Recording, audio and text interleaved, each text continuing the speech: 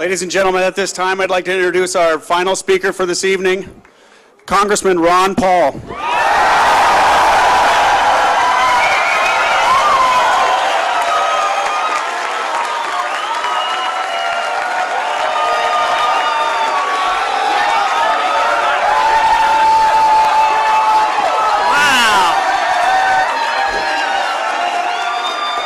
Thank you. Thank you. Here's my wife.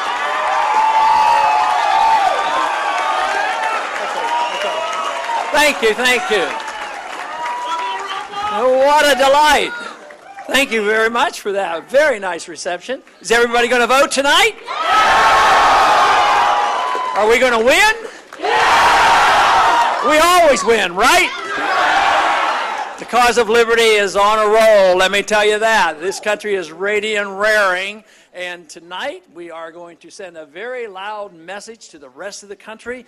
And I'll tell you what, I've said so many times, the American people are way ahead of Washington. Washington is sound asleep. We're on the right track, so make sure they hear our message all the way to D.C.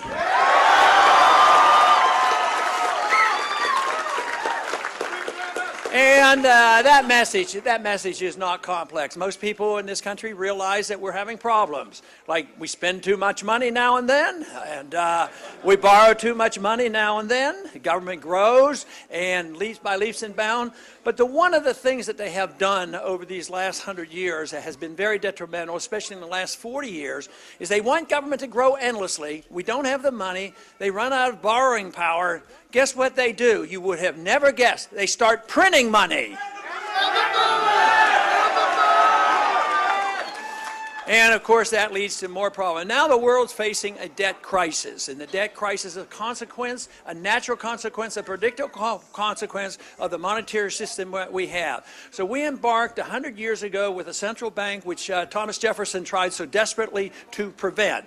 So they haven't done a very good job. They took the dollar of 1913 now is worth 1 penny. So I would say it's time we celebrate next year the 100th anniversary of the Federal Reserve by repealing the Federal Reserve Act.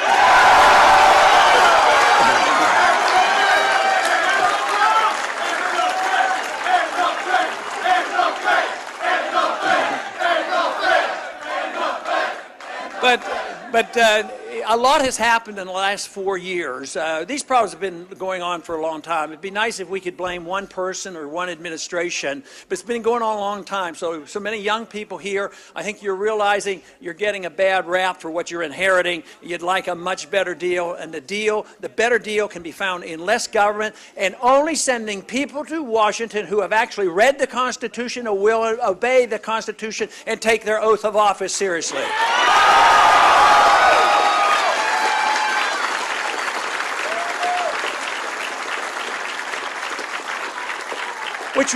Which would do so many wonderful things for us. Take, for instance, if you're tired of the wars, I hope you're sick and tired of the wars that we're involved in.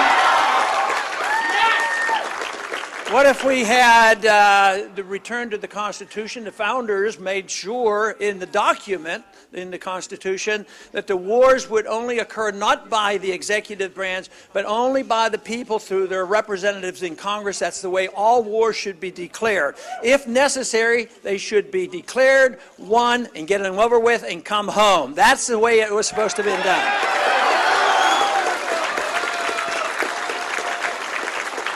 But since World War II, we have gone to war without a declaration. And for that reason, we essentially have not won one of those wars. It has added a lot of tragedy. Just in these past 10 years, these wars that we're fighting in the Middle East, over 8,500 Americans have died. 44,000 have come back with serious injuries and amputations and all kinds of problems. Hundreds of thousands looking for help because of post-traumatic stress syndrome. At the same time, economically, it's been very damaging. It has added $4 trillion to our national debt. That is what you're inheriting. This is the reason why it is so important. If you're talking about peace and prosperity, you have to change the Constitution and have a lot less war and make a lot more sincere effort to promote the cause of peace.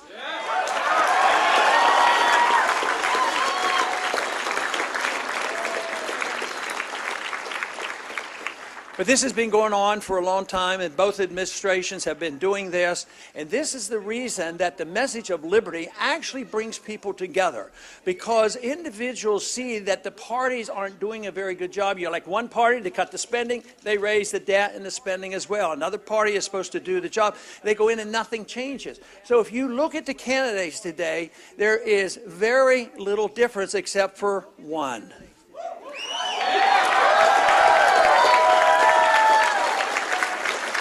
The rest of the candidates support the status quo. Foreign policies never change. Monetary policy doesn't change. There's no challenge to the Federal Reserve System. And most of all, there's no desire to protect personal liberty, personal privacy, protect us from the intrusiveness of the federal government, to protect your right to use the internet. These are the kind of things that are so important to so many people, and unfortunately that is not offered. I believe it is the offering up of a program that emphasizes personal liberty, the Constitution, sound monetary policy, and a sensible foreign policy is the reason the momentum is building and the reason why we're getting such a great reception here in North Dakota.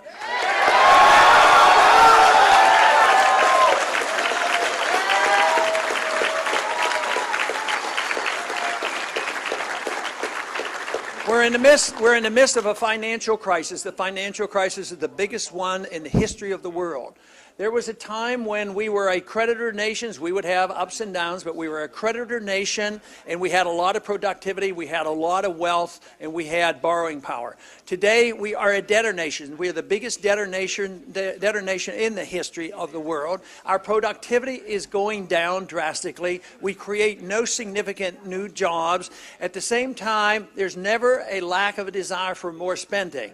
So what we should be proposing, and what I propose, is in the first year to cut the budget in real terms by $1 trillion.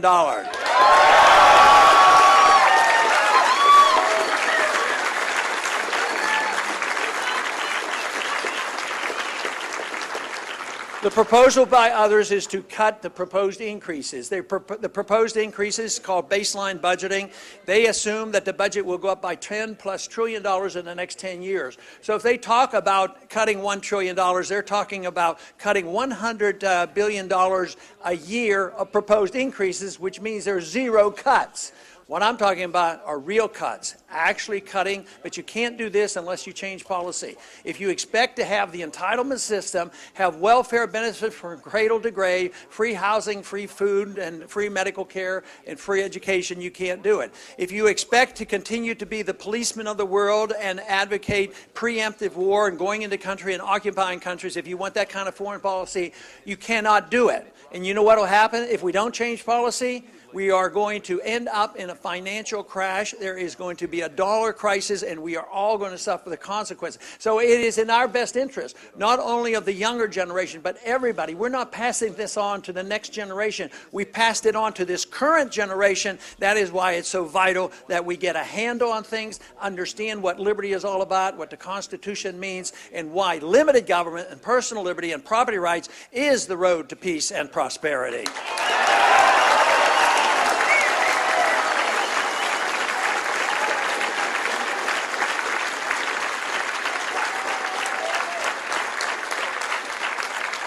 It has been said that no army can stop an idea whose time has come. And the idea of returning this country to the principles of liberty, that idea is alive and well and growing by leaps and bounds, and that is why this country is changing significantly. The message is loud and clear and growing exponentially, and I am optimistic to believe that we can turn this around, but we have to cut the spending. Now, a lot of people say, well, you're going to cut this, this, and this, and I actually have a transitional program. I want to cut $1 trillion, but I want to have priorities. And I want to really start with the overseas spending. The overseas spending and the welfare and the occupation, we ought to all be able to agree that spend the money here at home if you have to, but not overseas.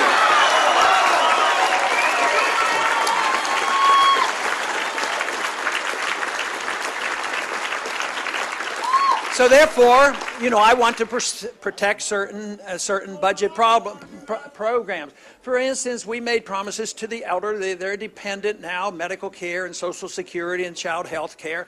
And actually, my plan will actually protect those individuals. What about protecting the infrastructure, protecting those states and parts of the country that need money for, ports and intercoastal canal and flood projects? Would I vote for that, and would I advocate it by adding more debt and borrowing? No, I would not, but let me tell you how we could do it. We could do it by cutting spending overseas to such an extent you actually cut the deficit and put the money that you want to for some programs in back here at home, not to raise taxes and not to raise the debt and actually lower the debt and don't increase the spending. We can do that by working our way out. For instance, a few years ago, they built an embassy in Baghdad. An embassy we didn't need, and it was close to $1 billion. But that was only the beginning. This year, the appropriation for that embassy was nearly $5 billion to operate it. Now, let's say we need a project here at home. Why can't we cut that $5 billion out, forget about that embassy in Baghdad? That's only going to lead to trouble. Take it and cut it in half, take $2.5 billion off the deficit, and spend the $2.5 billion here back at home on projects that we need.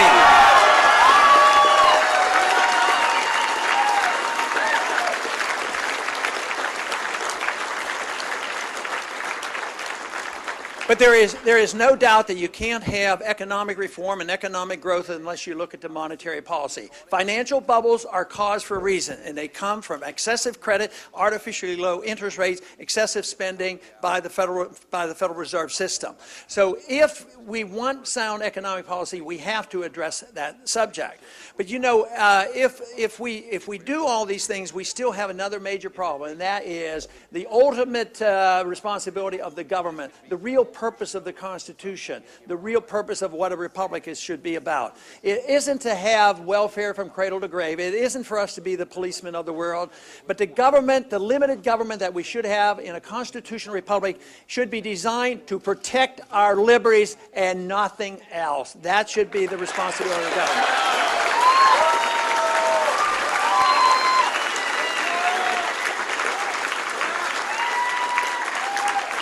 And this, of course, includes a strong national defense, but not an offense. It should be a defense. We should defend our country as necessary. If we go to war, if the wars have to be fought, they should be fought, won, get them over with, and get the troops back home as quickly as possible.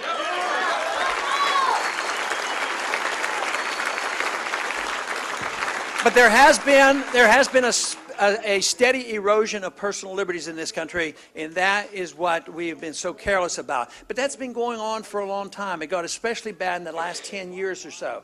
9/11 helped create this. That was a terrible, terrible day, but I think the assessment was wrong, because the assessment was it had something to do with Iraq. And so therefore, they used 9/11 as an excuse to go to Iraq, invade Iraq, fight a war there as well as Afghanistan. And that was not the cause. Al-Qaeda was not in Iraq, and they had no weapons of mass destruction, and that attitude is continued to this very day, because there are a bunch of people up in Washington right now, and other candidates think that we can't wait till we go into Syria, into Iran. That makes no sense. We can't afford it. It won't help it, and it won't give us more defense.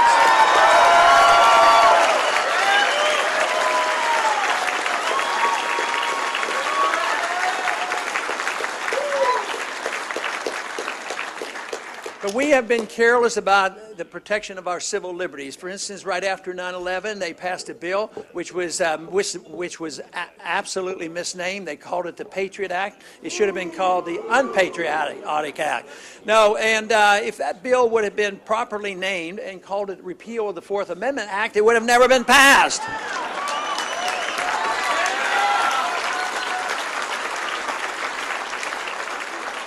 But it is the Patriot Act that allows our government agents to invade our premises, in our houses, and invade our internet, our emails, and whatever they want to look at without a proper search warrant. Something the founders explicitly fought a revolution on and put it in the Fourth Amendment, the right of privacy. Today we have it turned upside down. We don't have privacy, but we have too much secrecy in government. We need much more openness of government and much more protection of our privacy as individuals.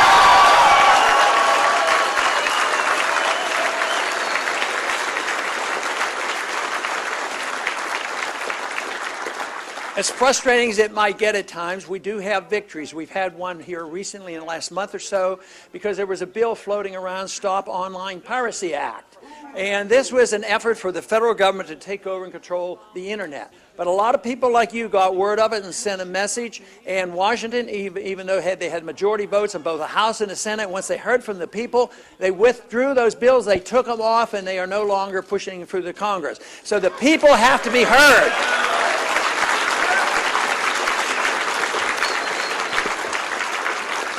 And besides, how are we going to spread our message without the internet?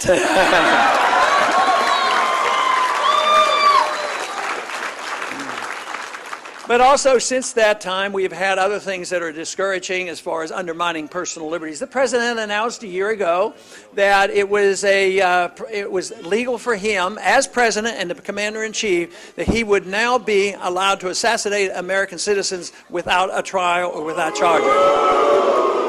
And to prove that point, he's done it on 3 occasions. So that is the law, according to the president. And when they asked him about this, where does it say in the Constitution you can assassinate American citizens? He said, well, I can do anything I want except those things that are explicitly denied to me in the Constitution. I think he has that twisted around a bit. The president only has the authority to do the things that he has the explicit authority to do, and the rest he's not allowed to do.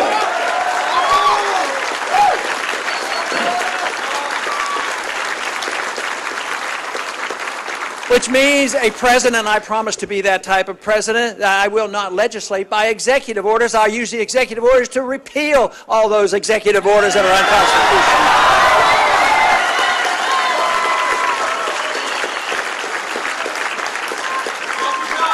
But it's not only the president that is undermining our personal liberties. The Congress laid it on a platter here just in December. They passed the National Defense Authorization Act.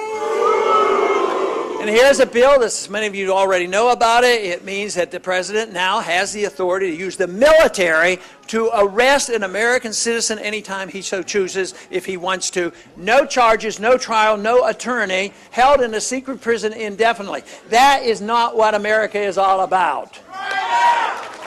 That bill needs to repeal. But we can solve our problems by just finding the people who will read the Constitution, obey the Constitution, and emphasize personal liberty. Liberty will bring people together. Today, we're very divisive because all they're doing is fighting over power. Who's going to control the money? Which faction is going to control it? They all support the same foreign policy, the same monetary policy, the welfare system, the deficits, the whole mess. And they fight over the control and the power and who's going to get the benefits. But true liberty brings us together because people get to use the liberty the way they see fit. It's your life. You should do with your life what you want. People shouldn't tell you how to run your life as long as you don't hurt other people. If we carried that thought through, that means that if our life and our liberties come from our Creator, we ought to have the natural right to keep the fruits of all our labors also.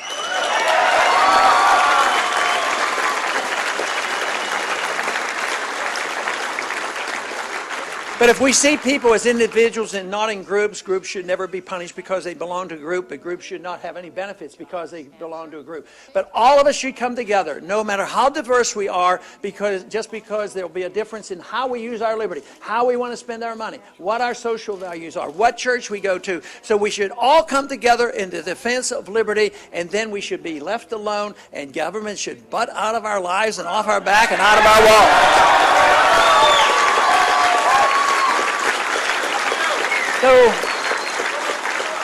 And this is where we have the good news. This message is coming out loud and clear, and people are joining us. Especially, I'm so delighted to see the young people because they are energized by this. But there are many now that aren't so young, but young in spirit, and they know this too. And they know that the status quo isn't working. The financial system, the Keynesian economic theory isn't working. We have to do something better, and we've had a taste of this. We had the best example of a free society ever. We had the largest and the richest middle class ever, and we are now, unfortunately, letting it slip away.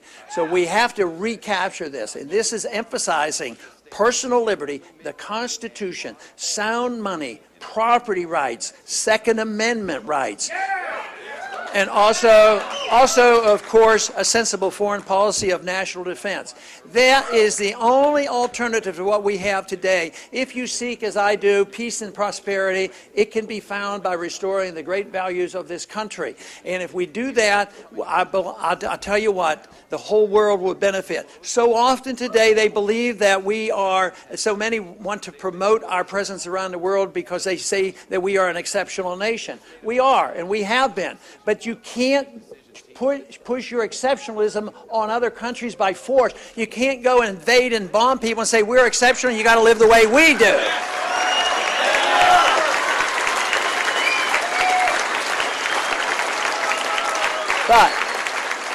But if we set a standard of individual liberty and prosperity and peace, the rest of the world will notice. Then they will want to emulate us. It's much easier to promote our cause through peaceful means than it is through war. And this is what we have. This is what we have to offer. We don't have to go backwards. We go pick up some pieces and we move forward and refine the understanding of liberty like it's never been understood before. And it's only been tested a short period of time in this country. And a lot of times they'll accuse us of wanting to go backwards. But let me tell you, those who accuse us of wanting to go backwards are going backwards toward tyranny, and we don't need to go in that direction.